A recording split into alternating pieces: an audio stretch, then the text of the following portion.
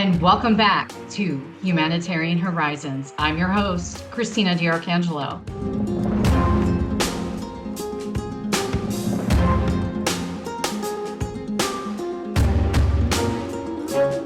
Today's episode is one of the most sensitive conversations that we've had yet, I believe, this year.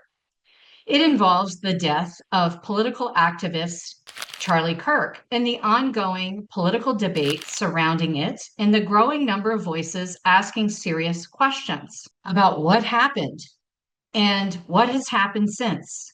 Among these voices are Candace Owens, Tucker Carlson, Megyn Kelly, Baron Coleman, and many others in the independent media. And I want to be clear from the start. The official investigation is still ongoing. The full truth is not known yet, but that does not mean questions cannot be asked.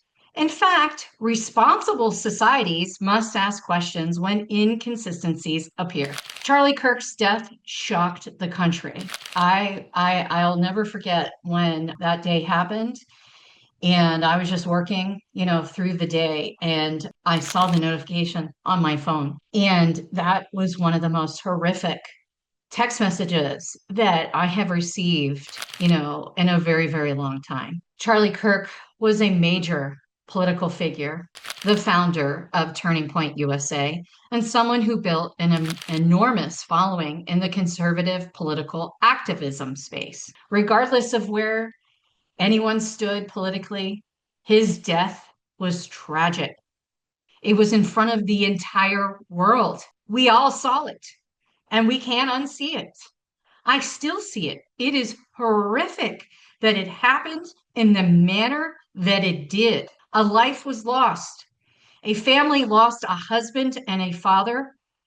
Friends lost someone they worked beside for years. The reality never should be minimized.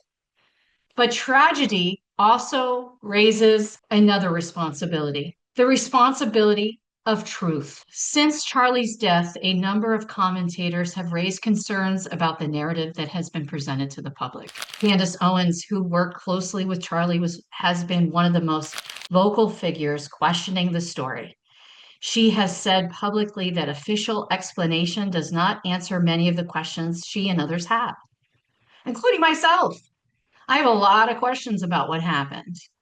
We're not getting the answers either, by the way. Others, including journalists and commentators like Tucker Carlson, Megyn Kelly, have also discussed the broader context surrounding the case. There are questions about the circumstances leading up to Charlie's death, questions about internal conflicts within the organizations, questions about messaging and the emerged afterwards. So the questions about messaging that had emerged later on. So you get, follow me, the text messages, right, that Charlie had on his phone. That's what we're talking about. And questions about the full picture, whether or not it has properly been shared to the public. To be clear, these are questions and allegations being discussed publicly. They have not been proven in court, but they are being raised by prominent figures with large platforms, and millions of people are paying attention. This brings us to something very uncomfortable, but an important topic. What happens after a public figure dies? History shows that the legacy of influential people can sometimes be shaped, reframed, or used by organizations and institutions that remain behind. Sometimes it's about preserving reputation. Sometimes it's about maintaining influence. Sometimes it's about maintaining funding or public support for that organization. And sometimes the narrative about someone's life and death becomes something that others control. Postmortem. That's what we're seeing right now. Many people now feel that Charlie Kirk's legacy is being used in ways that deserve scrutiny. There are growing conversations online about whether his name and image being used to influence audiences to raise money and drive political messaging. Even with the war, my previous episode that I recorded today, I talked about the war and the government shutdown and everything that's going on. people out there are using Charlie Kirk's words regarding Iran and how he would feel if he was still alive about everything that's going on. Some people, it depends who is actually talking about it. Some people have referenced when he spoke to President Trump in the summer of last year about not going to war with Iran and why it's important that we shouldn't. Then people have turned that around and have said, and the podcast that he's spoken about this, people have turned around and said, oh, he would want this. Yes, he would want this. He would want to help Israel. This is crazy. What in the hell is going on? This is ridiculous. I don't understand how things like this happen when people die. It drives me absolutely batshit crazy. It really does. Oh, these concerns are part of the reason why independent media voices have begun speaking out. Again, these are public claims and opinions circulating in media discussions, not established legal conclusions. Again, not established legal conclusions. The court case is ongoing. It just started not too long ago. I mean, there's nothing out there that shows that there's been a legal conclusion. Okay. But when concerns like this exist, transparency becomes critical. This is where the humanitarian perspective comes in. Because when tragedy happens, the public deserves honesty. The family deserves dignity. Supporters deserve the truth. And institutions, whether political organizations, nonprofits, or movements, carry a responsibility to act with integrity. When information feels incomplete or controlled, trust begins to erode. And when we're living in an era where trust in institutions are fragile, they're already fragile. The way organizations respond to tragedy matters. Spending millions of dollars on a campaign, PR, crisis, or whatever you're doing, and instead of just telling the truth is chaos. It's absolutely chaos. And it should not happen. Let me tell you something. God forbid anything happens to me. Okay. And any of my, God forbid. And I leave behind all these organizations that I'm responsible for. This better never happen to any of the organizations that are still actively running post my death. I'd be losing my mind. Let me tell you, if this was me. Transparency matters. Accountability matters. And humanity matters. One reason this conversation is happening so publicly is because the rise of independent media. 20 years ago, discussions like this would never have happened. They would be held in traditional newsrooms with print paper, meaning newspapers. Today, podcasts like mine and digital platforms and independent journalists have enormous reach. People like Candace Owens, Tucker Carlson, why can't I say Tucker's name today? I don't know. I'm a little tired, guys. And Megyn Kelly reach millions of viewers directly. That means conversations can happen outside of the traditional gatekeepers.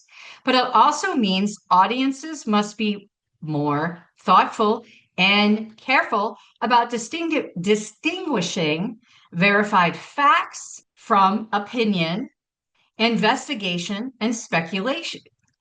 Healthy skepticism is important, but so is responsibility. For me, this conversation ultimately comes back to something very simple: human dignity. When someone dies, especially under tragic circumstances, the focus should never become exploitation, narrative control, or power struggles. It should remain centered on truth and respect. If there are unanswered questions, they deserve an investigation.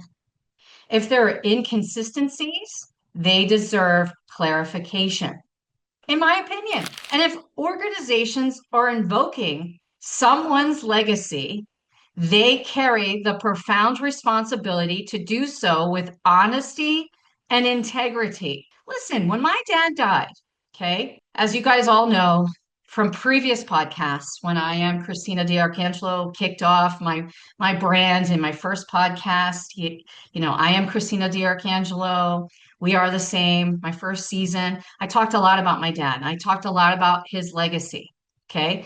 I started a nonprofit patient advocacy firm called Affinity Patient Advocacy based on my father's hard work as a laborer and what he did from a union standpoint for those members and the politics that he was involved in. His legacy mattered. His legacy was important to society as well as to my family. I knew when I started Affinity Patient Advocacy, while my father was dying, I knew what my responsibilities were.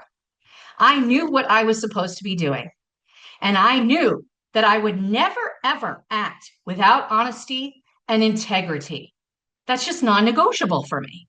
And you would think that everybody that's running nonprofits and et cetera, other organizations that aren't nonprofit, for-profit, whatever, that when they're doing these kinds of interactions post-death, that they would think about the same thing.